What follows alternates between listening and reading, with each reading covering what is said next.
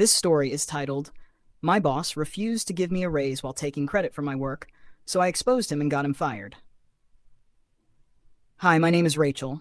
I'm 28 years old, and I live in Seattle, Washington.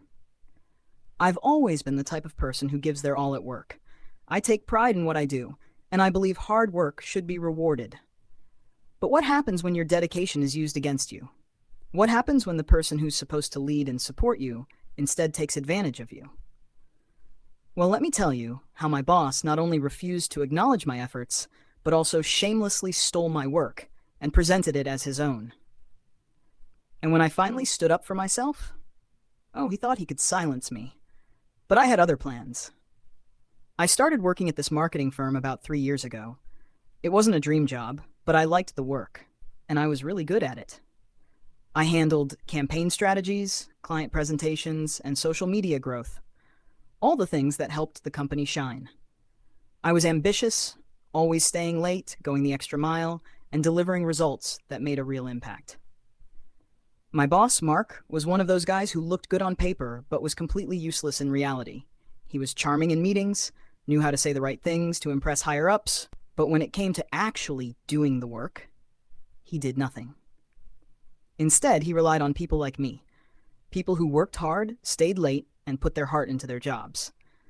At first, I didn't mind picking up the slack. I thought, if I work hard enough, I'll get noticed, I'll get promoted, I'll get the raise I deserve. But I was wrong. One day, after months of leading a massive project for a major client, I was thrilled when our campaign skyrocketed sales for the company. It was the most successful campaign we had ever launched, and I was proud. I had poured my heart into it, staying up late, skipping weekends, making sure every single detail was perfect. But when it was time for the big company meeting to present the results, Mark stood at the front of the room, smiling confidently, and took all the credit. He stood there, presenting my work as if it were his own. The slides, the analytics, the strategy, everything I had done. He never mentioned my name, not even once. I sat there in shock as the CEO and executives praised him, calling him a brilliant leader and an asset to the company. My blood was boiling. I wanted to stand up and say, "That's my work. I did all of that." But I was frozen. After the meeting, I confronted him. "Mark, that was my project. You didn't even mention me." He gave me his signature smug smile and said, "Rachel, we're a team. What's good for me is good for you." I was furious. But I thought, okay, maybe he just forgot. Maybe next time he'll acknowledge my work. But then it happened again, and again, and again. Every single project I worked on, he took credit for. Every late night I spent perfecting strategies, he stood in front of executives and soaked up the praise. And when I finally gathered the courage to ask for a raise, he laughed. "Rachel, you're doing great work, but we just don't have the budget for a raise right now.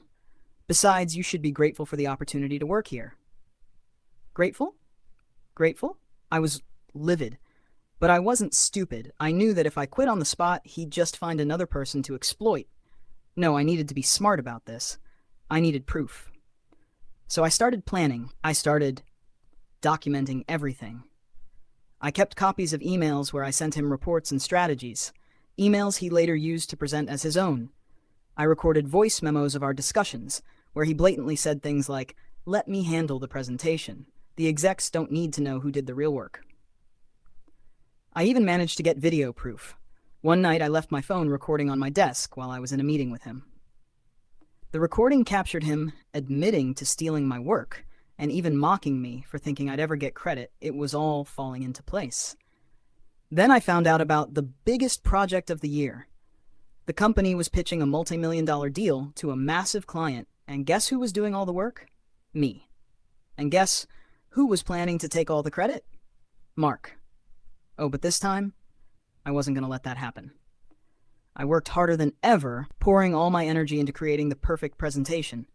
The numbers, the strategy, the visuals, it was flawless. I even practiced my speech, imagining how incredible it would feel to present my own work. But when the day of the big presentation arrived, Mark pulled me aside. "Rachel, I'm handling this one." I stared at him. "Are you kidding me? I did all the work." He just smiled. "And I appreciate that. But the execs trust me to lead. You understand." Oh, I understood perfectly. But what Mark didn't know was that I had one last trick up my sleeve. The night before, I had uploaded my entire project to the company server under my name. I made sure the metadata, timestamps, and every document clearly showed that I was the sole creator. And during the presentation? Oh, it was a disaster for Mark. As he confidently clicked through my slides, the CEO suddenly paused. "Mark, why does Rachel's name appear in the metadata of all these files?" Silence. Everyone turned to look at me. I calmly spoke up. "Because I created this entire presentation. Every slide, every data point, every strategy, it's all mine." A murmur spread through the room. The CEO frowned. "Mark, is this true?" Mark stammered, scrambling for words, but he had nowhere to run. I stood my ground. "I have emails, recordings, and documents proving that he has been stealing my work for months. I've done everything in my power to support this company, but he has taken credit for every single thing I've done." The CEO's face hardened. "Mark, we'll discuss this after the meeting." And just like that, the tables turned. Mark tried to defend himself, but it was too late. The evidence was overwhelming. By the end of the day, HR was involved. An internal investigation started immediately, and when they saw the proof, Mark was fired. Just like that. And me, I was finally recognized for my work. The CEO personally apologized to me and even offered me Mark's position.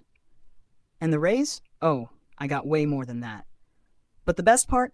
Watching Mark walk out of the building, his face pale, knowing he had lost everything. And let me tell you, it felt amazing. But the story doesn't end there, because Mark tried one last thing to save himself. And trust me, you won't believe what he did next. When Mark was escorted out of the building, he gave me one last fuming glare, as if he couldn't comprehend how everything had gone so wrong for him. But I didn't care.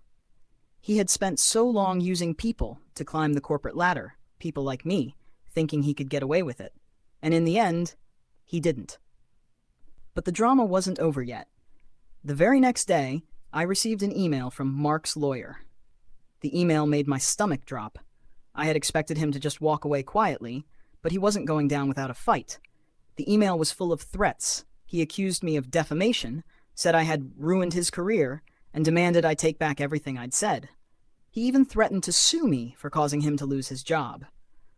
I couldn't help but laugh at the absurdity of it. After everything he had done to me, he was trying to play the victim. I could already see what he was trying to do. Manipulate the situation to make me feel guilty. But I wasn't falling for it.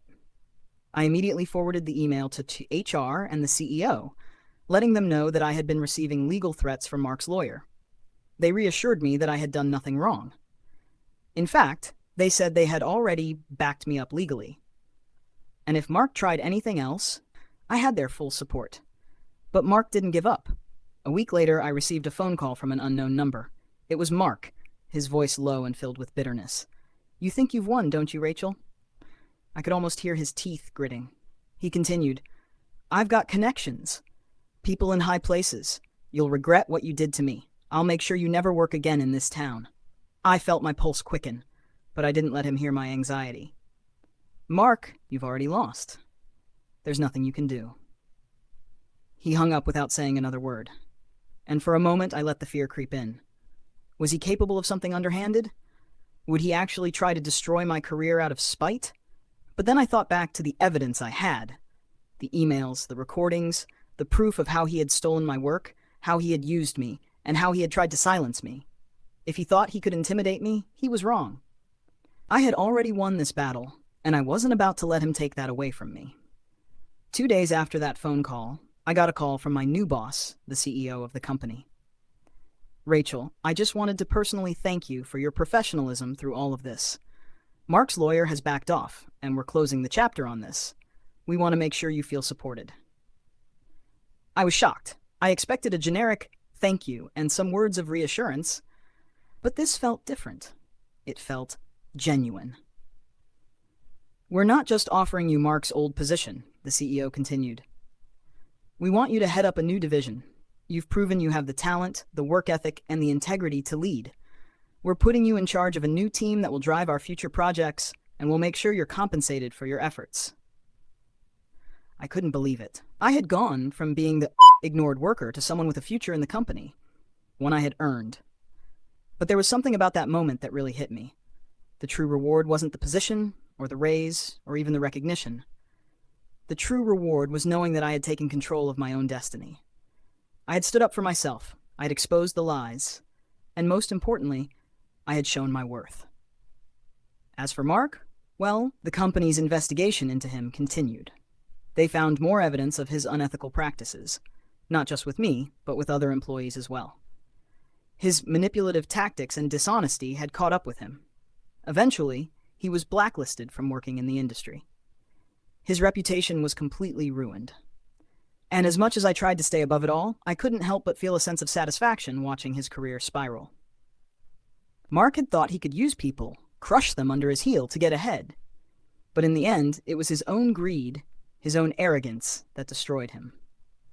And as for me, well, I was stronger, smarter, and more confident than I'd ever been.